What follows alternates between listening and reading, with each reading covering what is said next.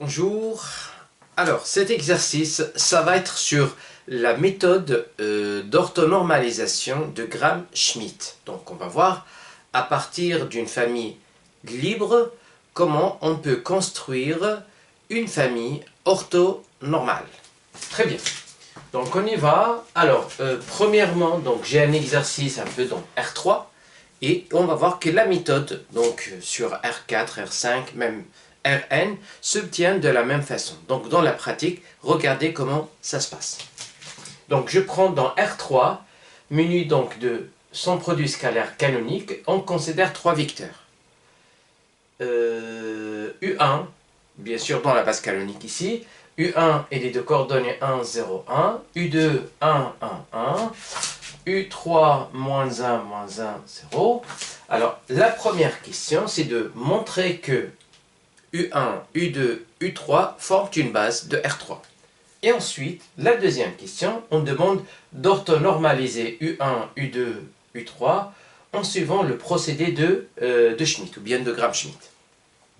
Très bien. Alors, premièrement, donc, pour démontrer que U1, U2, U3 est une base, eh bien, puisque le R3 est le 2 dimensions 3, et cette famille-là, elle contient trois éléments. Donc, pour démontrer que c'est une base, il suffit juste de démontrer soit elle est génératrice, soit elle est libre. Et donc, pour démontrer alors qu'elle est génératrice, on a du mal à le voir, mais par contre, pour démontrer que c'est libre, il suffit juste de démontrer que le déterminant de la matrice constituée par, en fait, dans les colonnes sont les coordonnées de U1, U2 et U3, est différente de 0. C'est-à-dire, donc je prends, alors pour la première question, je prends donc le déterminant, alors ici, alors là je vais mettre les coordonnées de U1 dans la première ligne, donc je vais avoir 1, 0, 1. Dans la deuxième ligne, je vais mettre donc U2. Et bien U2, donc c'est 1, 1, 1. Et puis après, dans U3, eh bien, je vais obtenir donc là les coordonnées de U3 et je mets ici moins 1, 0. Et donc, la famille U1, U2, U3 est libre si et seulement si le déterminant ici est différent de 0. Donc, je calcule le déterminant ici. Eh bien, vous avez plusieurs façons pour calculer le déterminant. Donc, il y en a plein. Il y a la méthode de Cerius. Il y a aussi, donc, on peut rajouter à une colonne une combinaison linéaire des autres colonnes, ou pour la ligne aussi. De toute façon, il y a énormément de façons pour calculer un déterminant. Donc là, alors moi, celle que je préconise ici, puisque je constate ici qu'il y a un 1 et un 1, et là, il y a moins 1, je peux déjà faire apparaître, par exemple ici, 2 0. Comme ça, donc je peux réduire la taille du déterminant. Et c'est ça ce que je vais faire ici.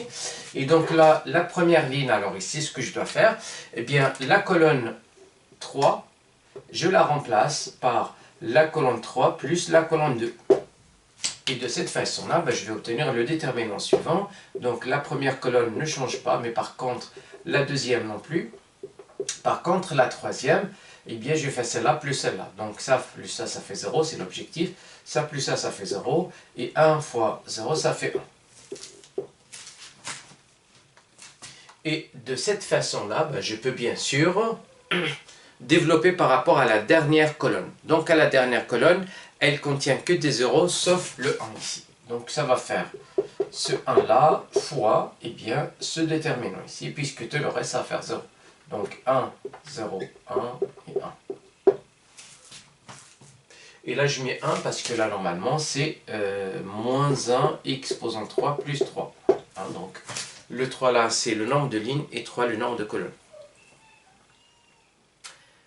Allez, fois 1, puis, alors attendez, fois 1 pour faire la formule correctement.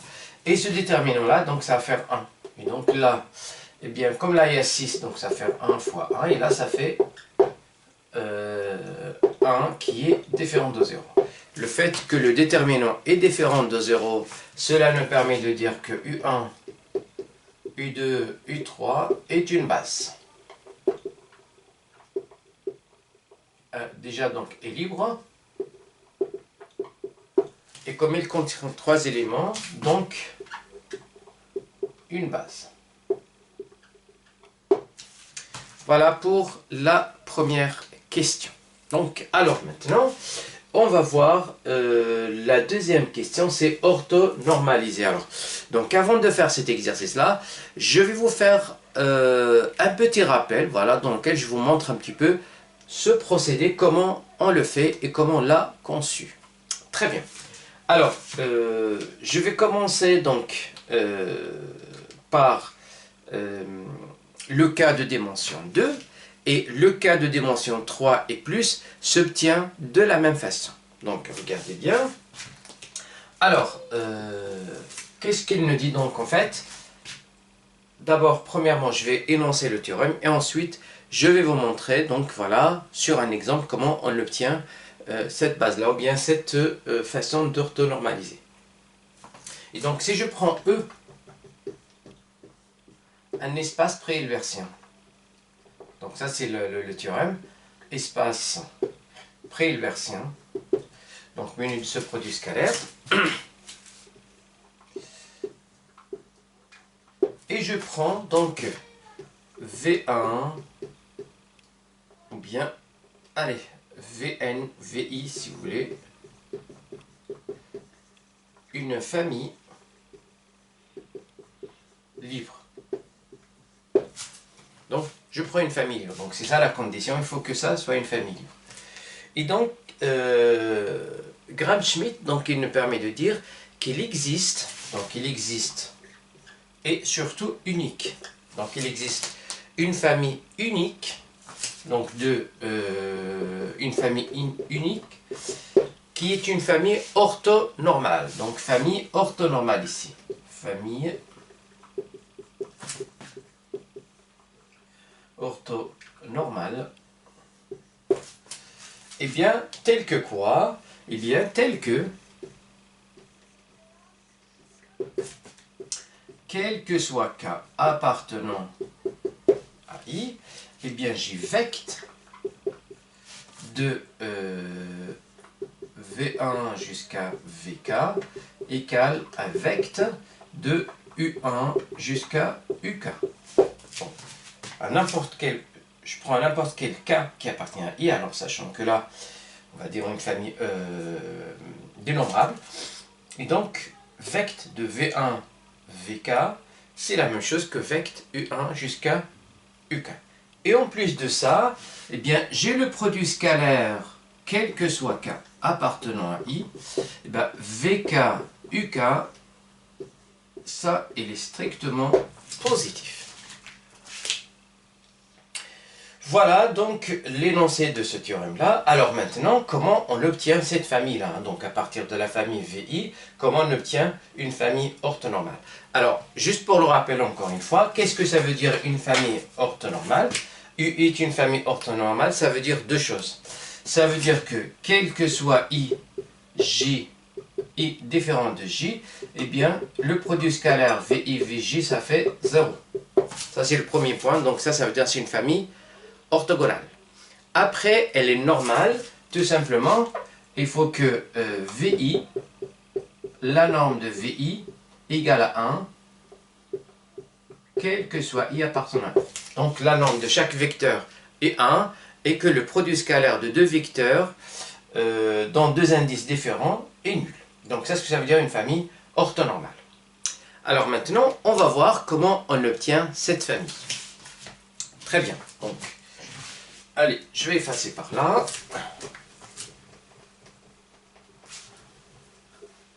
Alors, donc je vais commencer par la dimension 2 parce qu'elle est plus visible sur un plan.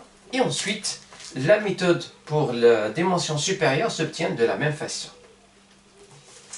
Alors, je prends donc deux vecteurs. Alors, dans R2, je prends deux vecteurs par exemple. Allez, je vais prendre ce vecteur-là que je vais appeler U1 et je vais prendre un autre vecteur que je vais appeler U2.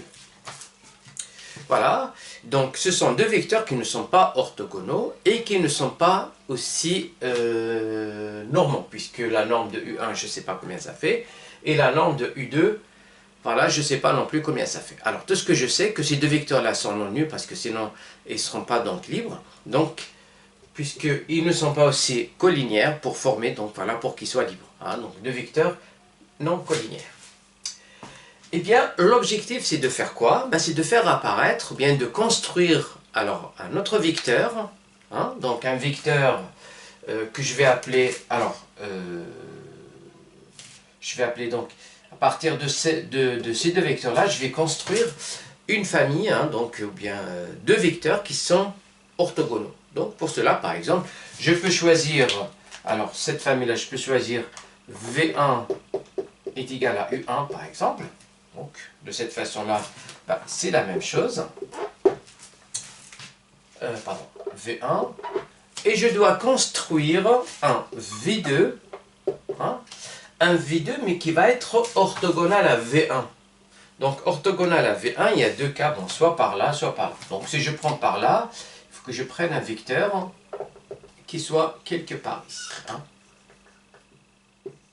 V2. Mais de cette façon-là, il faut qu'il soit orthogonal à celui-là. Comment je le construis? En fait, ce vecteur-là, eh bien, on va voir qu'on peut le construire à partir de U2 et de U1, qui est V1. Comment on le construit en fait? Si vous voulez, donc c'est comme c'est ce vecteur-là, ben, je vais donc en fait rectifier ce défaut d'orthogonalité. Donc, je vais essayer de trouver donc un moyen pour le rapetissir et pour obtenir celui-là. En fait, ce vecteur-là, si vous voulez, c'est la même chose que celui-là. Donc, c'est pareil là. C'est la même chose. Et donc, je peux avoir ce vecteur-là, et bien en faisant quoi? Et bien en faisant tout simplement ce vecteur, là, U2, plus ce vecteur-là que je vais appeler, allez, V1'. Donc, U2 plus V1', ben, ça va faire V2. Donc, le V2, ça va faire U2 moins, bien plus V1'. Alors, V1', il est collinéaire avec V1. Donc, pas besoin de mettre V1', mais tout simplement un certain alpha V1. Alors maintenant, si j'arrive à trouver combien ça fait mon alpha, ben, j'aurai réussi à trouver donc mon V2 qui va être orthogonal à V1. Eh bien, regardez bien, la condition, il faut que V2 et V1 soient égales à 0. Donc c'est l'objectif, hein, donc d'obtenir une famille orthogonale dans un premier temps. Eh bien, ben, je vais faire donc le produit scalaire ici, V2, V1 égale, alors V2 c'est U2, plus alpha V1, puis après V1. Et ça, donc, d'après les propriétés du produit scalaire, donc ça va faire U2, V1, plus alpha, V1, V1. Sachant qu'on est dans un espace préhilbersien réel. Et donc, l'objectif, c'est d'avoir ça égal à 0. Ça veut dire que cette quantité-là, ça fait 0.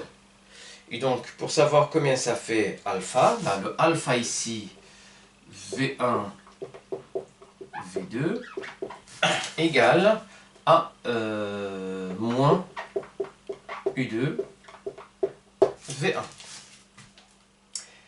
Alors, V1, on avait dit donc c'est U1, et comme on est dans une famille libre, donc le U1 il ne peut pas être égal à 0. U1 ne peut pas être égal à 0, ça veut dire que sa norme est différente de 0.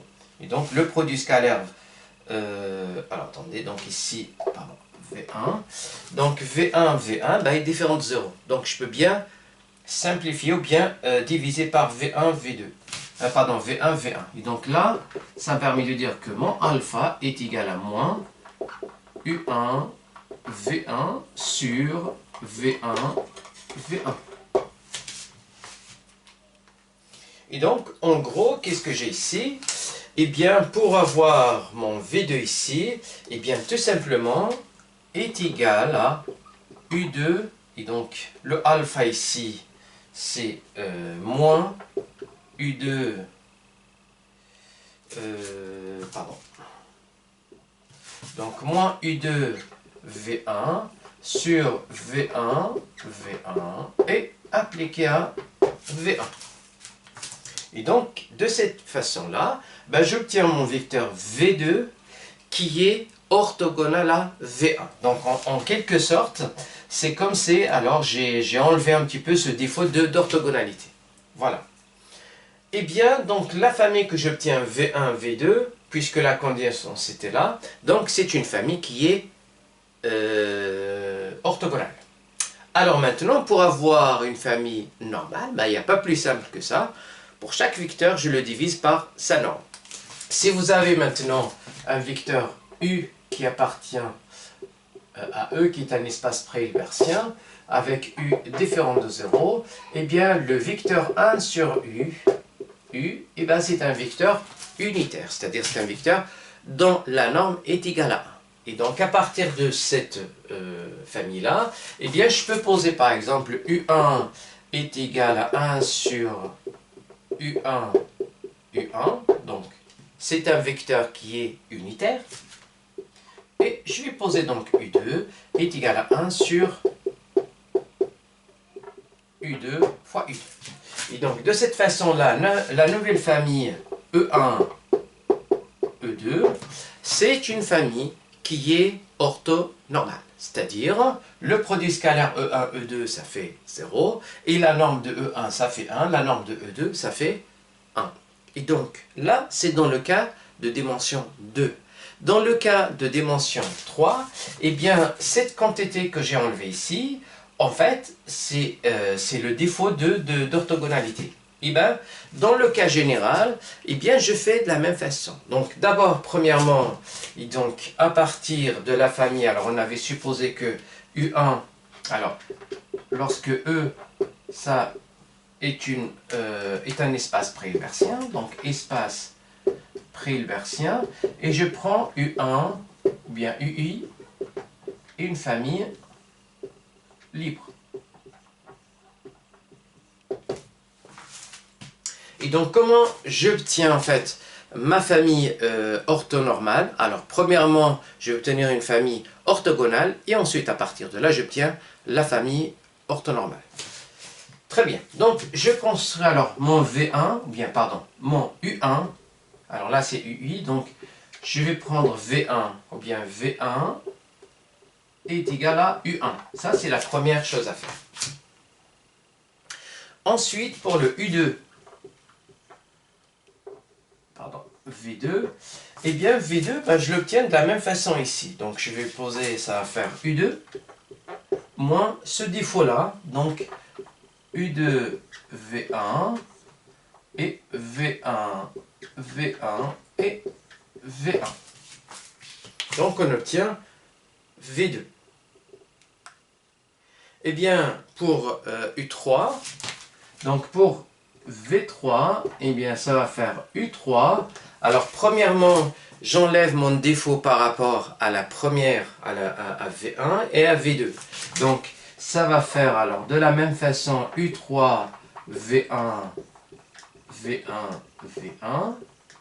Mais j'enlève encore le défaut par rapport à V2. Donc U3, V2, V2, V2. Et ensuite V2.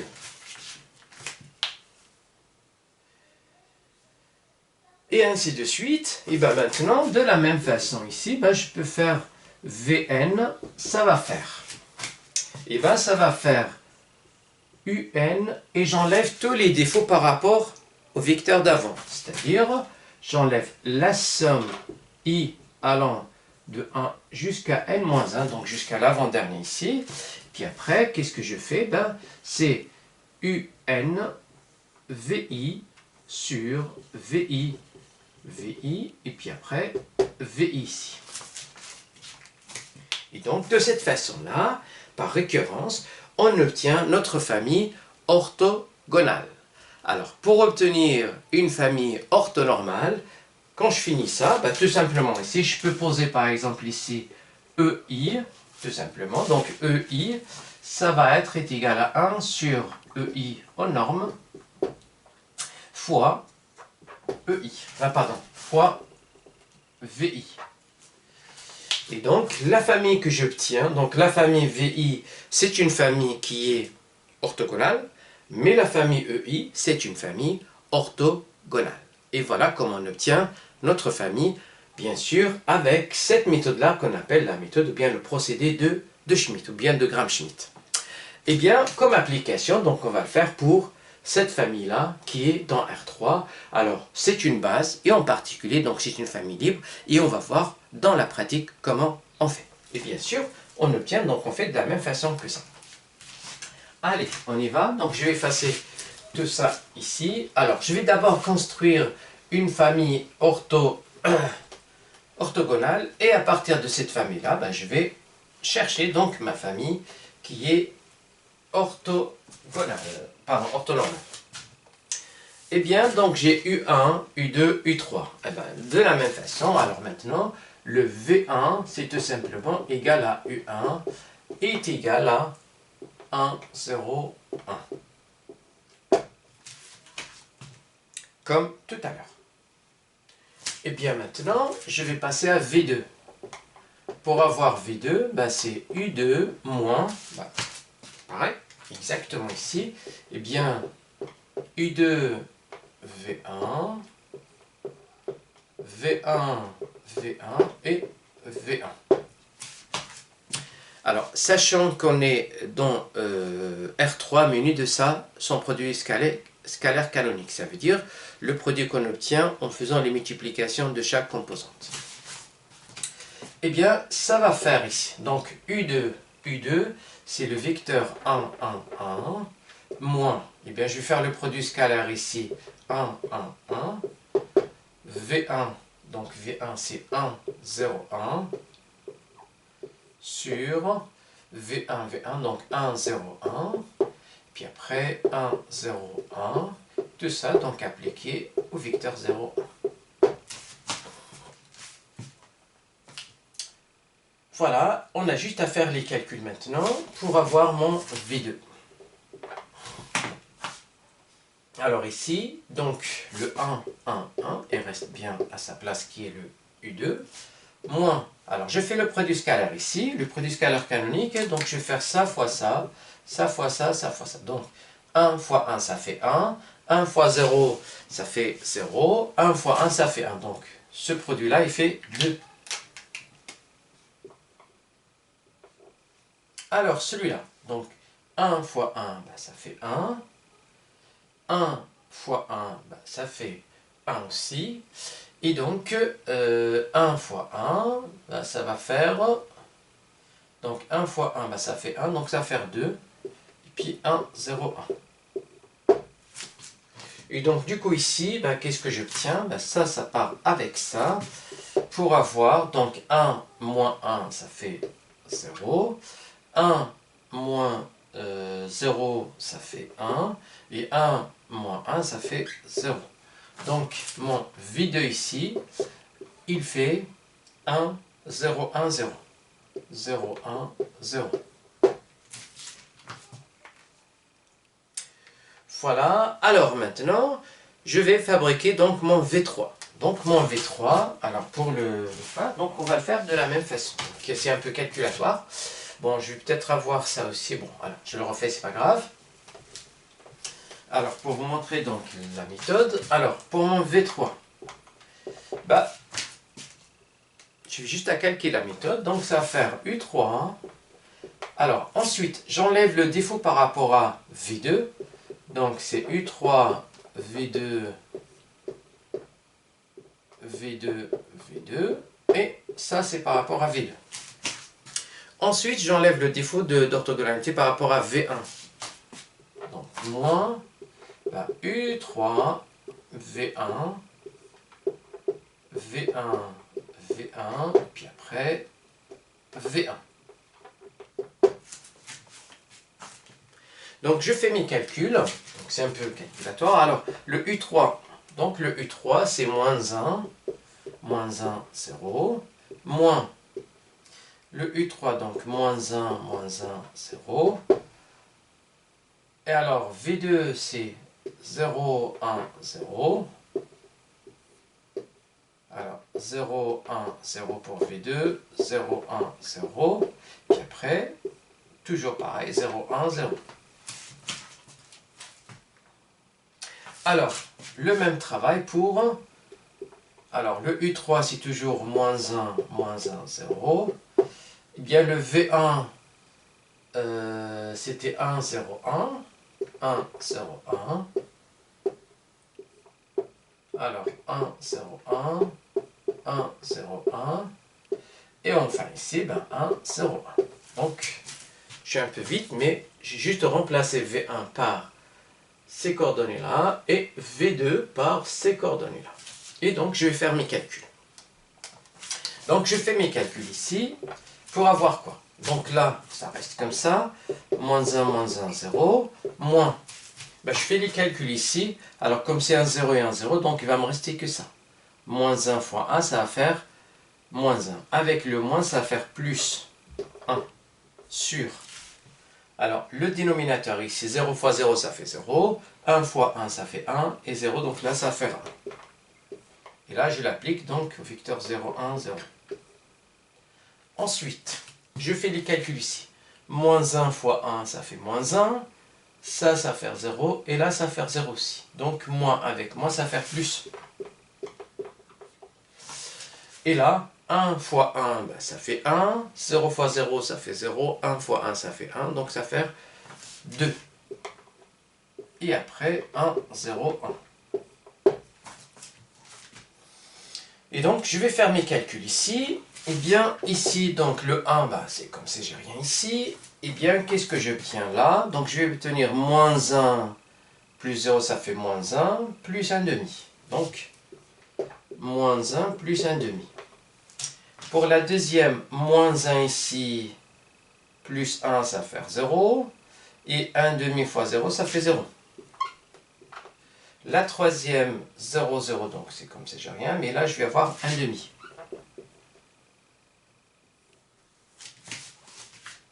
Et donc, là, ça va faire combien? Tout simplement, moins 1 plus 1 demi, ça fait moins 1 demi.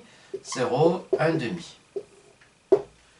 Et donc, mon V3 est égal à moins 1 demi, 0, 1 demi. Donc, ça c'est V2. Eh bien, le V3 égale moins 1 demi, 0, 1 demi. Et voilà. Donc, à partir de là, qu'est-ce que j'ai? Eh bien, voilà. Donc, j'ai V1, V2, V3, qui est une famille orthogonale. Alors, V1, V2, V3, c'est une famille orthogonale.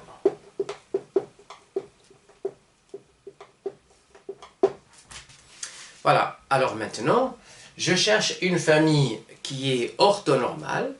C'est très simple maintenant, je vais juste anormaliser ces vecteurs-là. Donc, je vais calculer la norme de V1, V2 et V3. Alors, V1,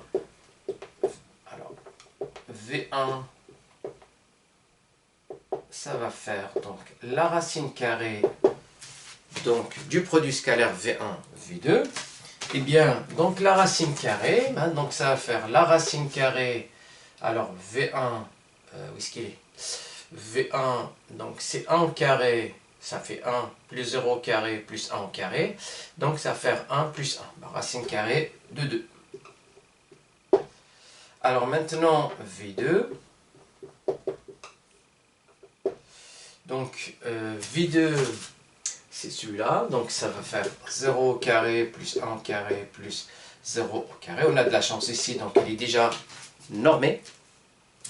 Et puis après, mon V3, eh bien c'est la racine carrée. Alors V3, donc moins 1 demi au carré, plus 0 au carré, plus 1 demi au carré. Et là, donc ça va faire, alors 1 quart plus 1 quart, et ça va faire, bien sûr, 1 quart et 1 quart, ça fait 1 demi. Et donc ça va faire la racine carrée de 1 demi. Et ça va faire racine carrée de 2 sur 2. Ou bien, bon, alors je peux le laisser parce que j'en aurai besoin par la suite. Donc 1 sur racine carrée de 2. Eh bien, pour construire ma famille orthonormale et finir l'exercice, ben, je vais poser E1 est égal. Eh bien, la norme ici, c'est racine carrée de 2. Eh bien, je dois diviser par la racine carrée de 2. Alors, ça va faire 1 sur racine carrée de 2. 1, 0, 1. Et racine carrée de 2 sur 2, donc c'est tout simplement racine carrée de 2 sur 2. Et là, ça va faire racine carrée de 2 sur 2, 0. Racine carrée de 2 sur 2. Donc voilà mon premier vecteur. Le deuxième vecteur, j'ai rien à faire puisqu'il est déjà normalisé. Donc E2 égale à V2 égale à 0, 1, 0. Et mon troisième vecteur, E3, est égal à 1 sur ça. Donc l'inverse de 1 sur racine carrée de 2, c'est tout simplement racine carrée de 2. Et je l'applique à moins 1 demi, 0, 1 demi, pour avoir donc moins racine de 2 sur 2, 0, racine de 2 sur 2. Et donc de cette façon-là, on a donc utilisé ce qu'on appelle le procédé de Gram-Schmidt et on a obtenu une famille. On peut bien s'assurer, voilà, vous pouvez le faire, que la famille E1, E2, E3, donc E1, E2, E3, cette fois-ci, c'est une famille, et même carrément, puisque là on est en dimension 3, c'est carrément une base orthonormale, puisque c'est une famille donc qui est orthonormale, et toute famille qui est orthonormale, il est déjà libre, et comme on est en dimension finie, ben c'est une base. Donc E1, E2 est une famille orthonormale. Bien sûr, à partir du procédé de Gram-Schmidt. Voilà, donc j'arrive à la fin de cet exercice que j'ai bien détaillé ici. J'espère que ça va être clair pour vous. Si vous avez des questions, n'hésitez pas à m'en faire part. Sinon, je vous souhaite une agréable journée. Merci.